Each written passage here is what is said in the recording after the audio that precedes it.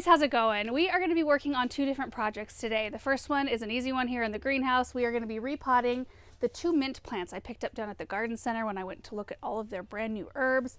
When we're done with that, we're going to head out to the south garden. We're going to do some more clean out. We're going to cut back some hydrangeas, hibiscus, probably some roses. And I wanted to start with a warm project in here because it's kind of gray and breezy out there. I know we'll warm up quick once we get going, but I needed to gear up.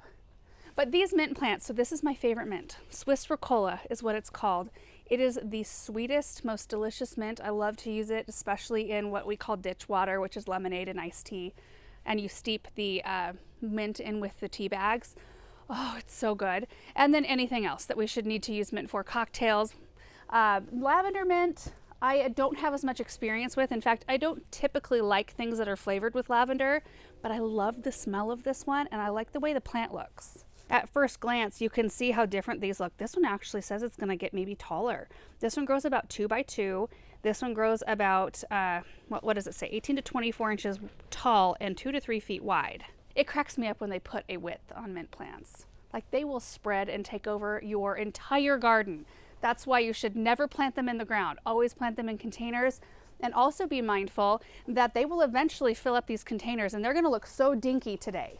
This tiny little plant in this pot, but they will fill it up fast and they will send roots all the way down to the drain hole of the pot. If you have your container sitting on soil, those roots will find it. So be careful. Put it on like concrete or a deck or something like that where it cannot touch the soil in your garden. Otherwise you will be battling it for the rest of time. But there's so many great things about mint plants. I saw a stem that was a really good example right here of how these things spread. So you can see the stem right here. You follow it along, you can see this new little branch coming off of it and the roots. So it just sends out these stems and then will root in. Like every inch of this stem will root in and it creates a new plant. And that's why putting a width on it is kind of comical because it'll just keep on rooting and rooting and rooting and all over the place. But I thought that these would look really pretty in these gray clay containers. I would say these are about a 12-inch diameter. Good place to start. You know what? I'm gonna go get our 1/4-inch drip tube, because I want to have the ability, even if we don't put them on drip, I want the ability to set them up later should we need to. If I were a 1/4-inch drip tube, where would I be? There's all my baskets. Can't wait to harvest with those. Oh, is that 1/4-inch? No, that's got holes in it. Oh, wait a minute. This might be enough. I just need enough 1/4-inch solid drip tube to run out the bottom of the drain hole and up over the side. I'm not going to connect it to anything or even put the little circle of drip on top of the soil. I just want the ability to. Russell's chilling in the fig pot.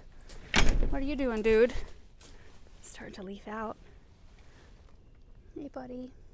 Okay, let's see if this is long enough.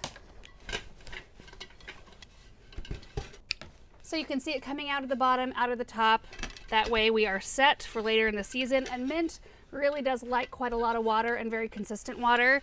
So making sure that that can be supplied is pretty important. Here's our soil right here.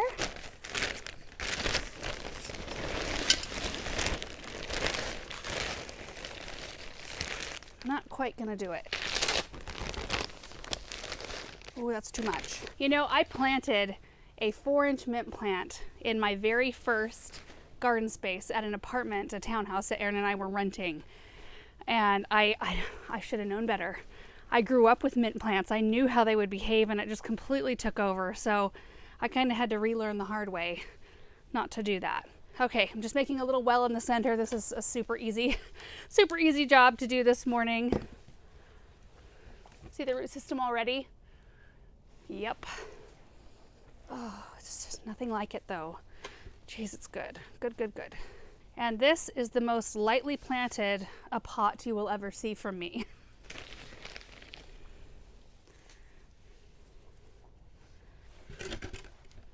That one's done.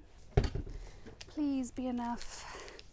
Oh yeah, plenty. You know, another mint that they had, another variety down at the garden center was grapefruit mint, and I really should plant one of those too. I think especially for like cocktails, that would be such a good flavor. That's citrus with the mint. Okay.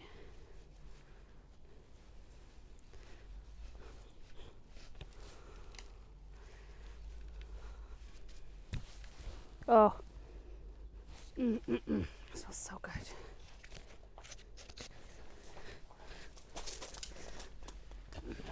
I'm going to go ahead and fertilize the mint plants today because I fertilized everything in here yesterday, so I kind of want them to be on the same schedule. Half cap per quart. I'm going to only fill this up to about a gallon, so 4 quarts, 2 full caps.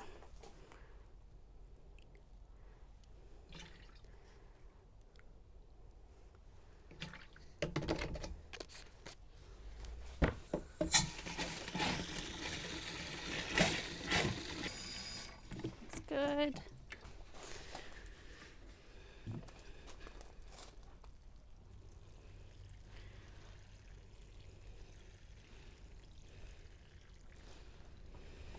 All fertilized, settled into their new homes. We have the ability to set them up on drip. It's perfect. And you'll be amazed how quick these will fill up these containers. But I've had mint live in pots this size for several years happily, so long as you make sure to keep fertilizing. And I use the 2 mint containers to pot up a couple more of our geraniums. Done in the greenhouse, let's head out to the south garden. So this is where we're gonna start. I'm hoping to prune back these roses right here, which this is the variety called All Dressed Up. And it's an amazing variety. They're so beautiful and they kind of look like this every single time I prune them back. There's always a bunch of dead canes, black canes like this, and I usually do a pretty severe prune back on these, and then they grow huge and beautiful. I mean, they're already full of buds everywhere, but we're gonna get these cleaned up big time. And these just seem to perform so beautifully all season. It never seems like they're without color. Their leaves are always a deep glossy green. I highly recommend that variety. In fact, I'd like to put more in the garden. Further down the way here, we've got some Buddleia. These are the Miss Ruby variety. You can see how big they got last year. We're gonna be cutting them all the way back to the bottom. Looks like that's where their new growth is starting to come out. That's fairly typical for us. But if you live in a little bit more of a mild climate, you might see growth higher on the branches, which some years we do. And they're usually fairly slow to break dormancy, so you could certainly wait till later in the season to cut them back.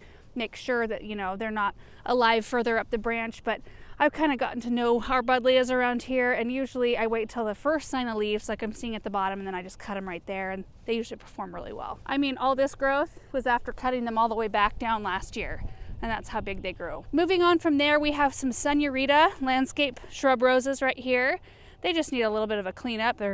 They are amazing performers, really pretty color. Then we've got a hibiscus. This one's a beast. Do you guys remember the variety name? Is it like Evening Rose? Is that right? I think it is. Dark leaves, huge blooms. It grows from the ground to this size every year. To this size, from the ground. Whoa. We are gonna be moving that plant though, because I did pick up a couple more of the Limelight Prime hydrangeas to finish off this curve. And this hibiscus always has been kind of oddly placed. We are gonna hopefully have time to prune those up as well. You can see the hedge starts over here, and I've got a gap. So we'll be popping one of our new hydrangeas that we just picked up right here. And then once we move the hibiscus, I have 2 more hydrangeas to pop right here. So we'll have a huge arc of the Limelight Primes. Okay, roses first.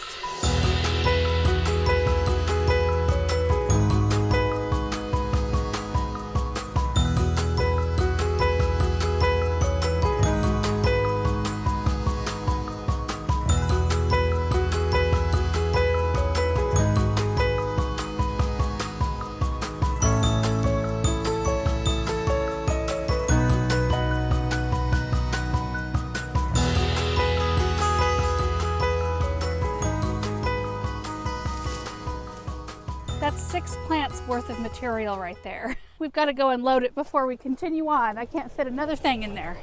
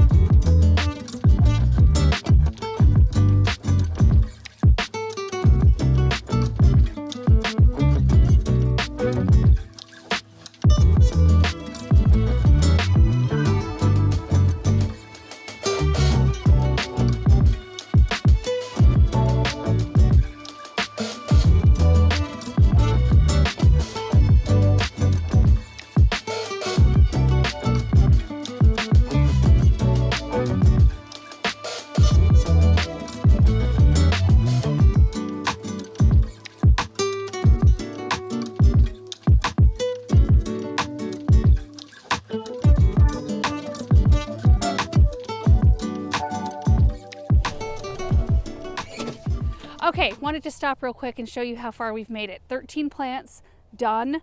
2 gators full had to be unloaded, but things are looking good. See how different these roses look when I'm done? And this is kind of typical for these. Just take them down pretty hard and they flush back beautifully. Walking down this way, there's just bulbs coming up everywhere, and it's amazing how much these flower beds fill in. I mean, I can't wait for evergreens and deciduous, like the larger things, to grow and mature, but it really does fill in quite a lot. There's just so many perennials in here as well that just help out a lot during the season. But the 3 buddleias right here cut back, and then the 6 Senorita roses, which I did a fairly severe prune job on these 2 because there was quite a bit of dead in them. Usually for the landscape shrub type roses, you're just kind of cleaning off the scrubby looking tops and you're letting them kind of be thick. They can handle that, those type of roses, but I wanted to do more of a cleanup on these this year. And then the hibiscus. My word, does that ever change this spot? Oh, and it really opens it up to where we can see exactly where the other 2 Limelight Primes are gonna go. I cannot wait. Okay, so now we're to the Limelight Primes. So I'm gonna go through, deadhead them, thin them out, see how they've got quite a lot of thin stems in there. I wanna really thin them down to the thick stuff this year. So it's gonna look fairly severe on these as well. And then I forgot, we have how many? 1, 2, 3, 4, 5, 6, 7 purple haze. I think that's what these are called, right? Buddleia? Purple, no, not purple haze. I can't remember. We planted them last year. They're a light purple. They're real pretty. So we'll get those cut back as well. And I'm guessing that's as far as I'm gonna make it today. I set my phone alarm, which is not even on me. It's in the gator. Maybe I should go get it. Set it for 2.5 hours when I left the kitchen door because we are meeting my sister-in-law and her family so the cousins can have some playtime together so we can visit. Should be fun. Still have an hour left. Sweet.